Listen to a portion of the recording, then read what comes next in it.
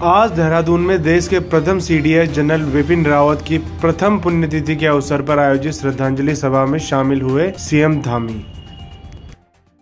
General Vipin Rawat ji की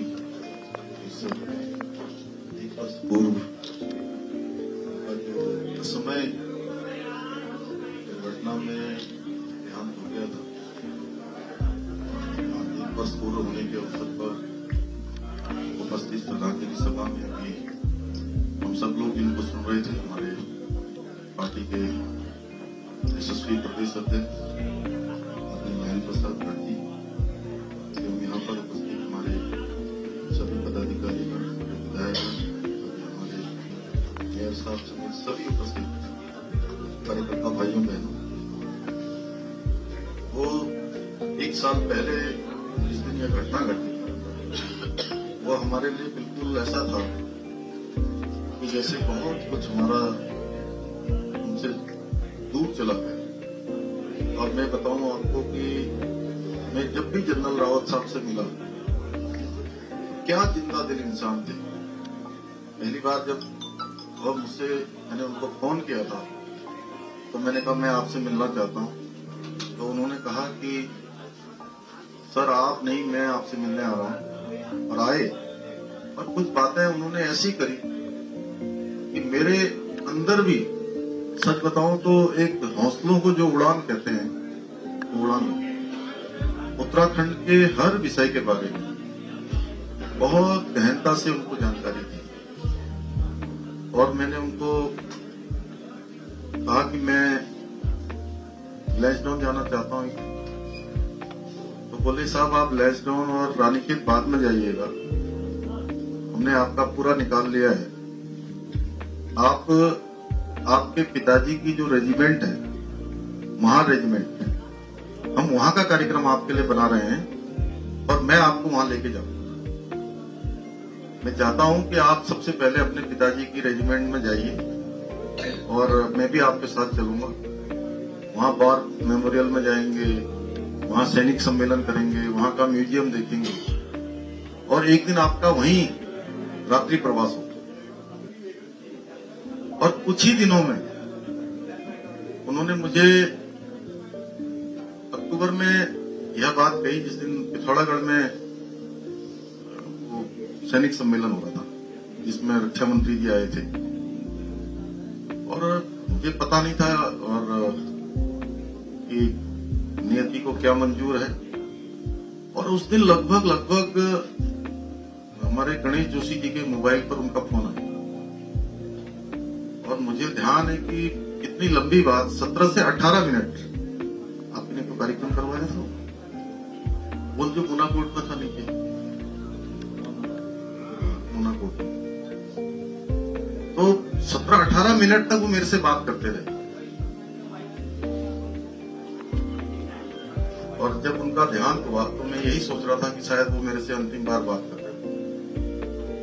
तो फिर मेरा जो सागर महार रेजिमेंट में जाने का कार्यक्रम था वो बन नहीं पाया। फिर चुनाव भी आ गया और हम सब लोग चुनाव में व्यस्त हो गए। तो इस साल फिर से मुझे जनरल एक बंसी पनोप्पा है जो पूरी रेजिमेंटों को देखते हैं, उनका फोन आया साहब आपका फिर से हमने वो कार्यक्रम जो जनरल रावत साहब ने तय किया था वो कार्यक्रम हमने फिर से आपका लगा दिया है। तो इस साल भी उन्होंने अगस्त से शुरू करा, अगस्त में नहीं हो पाया, टल गया। फिर उन्होंने सितंबर में लगाया, वो सितंबर में भी टल गया। और ये 2 बार लगातार टलता चला गया। और रक्षा मंत्री जब देहरादून आए थे विजयदशमी के पर्व पर तो सेनाध्यक्ष मनोज पांडे जी बोले कि साहब रक्षा मंत्री जी के सामने कि आप अब की बार आप मना मत करिएगा, हमने आपका फिर से वहां कार्यक्रम लगा दिया है। मैं इस बार फिर से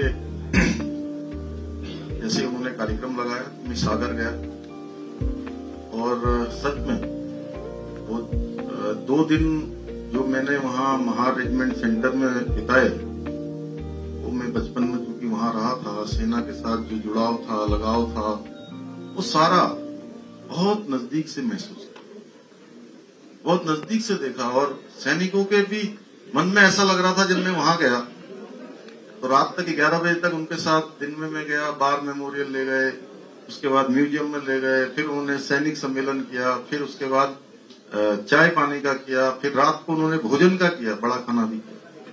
तो ऐसा करते करते जब 11 बजे तक मैं वहां रहा तो हर समय मेरे मन में जो है जनरल रावत साहब आ रहे थे, क्योंकि उसके सूत्रधार वही थे कि मुझे वहां जाना चाहिए। और जब मैं पूरे सेंटर में रात को 1 घंटा 1.5 घंटा में घूमने चला गया तो जगह जगह जो हमारे सेना के जवान संतरी के रूप में लगे थे तो इतनी आत्मीयता से हर जगह बोल रहे थे, जय हिंद सर, जय हिंद सर, जैसे कि उनके घर का ही कोई बेटा भाई उनके बीच में आया हो। अपने आप को जो है बहुत ही अत्यधिक स्नेह उनका मैंने वहां देखा तो जनरल साहब की याद आई। जनरल साहब के बहुत सारे सपने थे। जनरल साहब केवल उत्तराखंड में, जैसा महेंद्र जी ने कहा, कि पैदा जरूर यहां हुए थे, लेकिन वो राष्ट्र गौरव, पूरे देश के अंदर जो जज्बा, जो उनके निर्णय लेने की क्षमता और सेना को लगातार जिस प्रकार से उन्होंने आगे बढ़ाने का काम किया। पिछले दिनों जब अग्निवीर योजना भारत सरकार ने लॉन्च करी तो उसके बारे में उन्होंने पहले से ही उनके विचार थे कि सेना केवल तनख्वाह लेने का माध्यम नहीं है, कि सैलरी लेना है। ये जहां अनुशासन सिखाती है, देशभक्ति सिखाती है, जीवन जीने का एक जो पाठ होता है, अनुशासित जीवन, व्यवस्थित जीवन, वह भी सेना सिखाती है। नए विचार, मन में देशभक्ति के विचार, राष्ट्रभक्ति के विचार, समाज जीवन के विचार, सारे विचारों को डालने का काम भी सेना करती है। रावत साहब ने अंतिम लेक्चरों में भी ये सब बातें हम सब लोगों के लिए छोड़ गए। तो आज उनको मैं बहुत ही अपनी तरफ से श्रद्धा सुमन अर्पित करते हुए और ये संकल्प लेते हैं कि यह दिवस हम लोग हर बार उनका स्मरण करेंगे। और आज उनका स्मरण इसलिए भी कर रहे हैं कि आगे उन्होंने बहुत सारी चीजें जो उत्तराखंड राज्य के बारे में सोची थी, जो विचार किया था, उन सबको कहीं न कहीं हम आत्मसात करें। उन्होंने जो जीवन में काम किए थे, जिस प्रकार का उनका जीवन था, वो हम सभी लोगों के लिए प्रेरणादायी है, प्रेरणा का कारण है, हमारे लिए एक रास्ता दिखाता है, मार्ग दिखाता है। उन सब पर चलेंगे। और जनरल साहब भले ही दुनिया से चले गए हैं, लेकिन वो हमेशा के लिए अमर हो गए, हमेशा के लिए हमारे सबके विचारों में रहेंगे, हमारे स्मरण में रहेंगे, हमारी स्मृति में रहेंगे। और हम सब कोशिश करेंगे कि उनके बताए हुए मार्गों पर चलें और उत्तराखंड के जवानों के लिए, उत्तराखंड के हमारे बहुत सारे स्थलों के लिए, बागवानी के क्षेत्र में, बहुत सारे क्षेत्रों के विकास के क्षेत्र में उनकी बहुत सारी कल्पनाएं थी, उसके बारे में भी हम लोग संकलन करेंगे, उसमें भी आगे बढ़ेंगे। तो पुनः एक बार मैं उनको श्रद्धा सुमन अर्पित करता हूं कि भगवान उनको अपने श्री चरणों में स्थान दें और वो हमेशा हम लोगों के लिए इसी प्रकार से प्रेरणा के कारण बने रहें। बहुत बहुत धन्यवाद।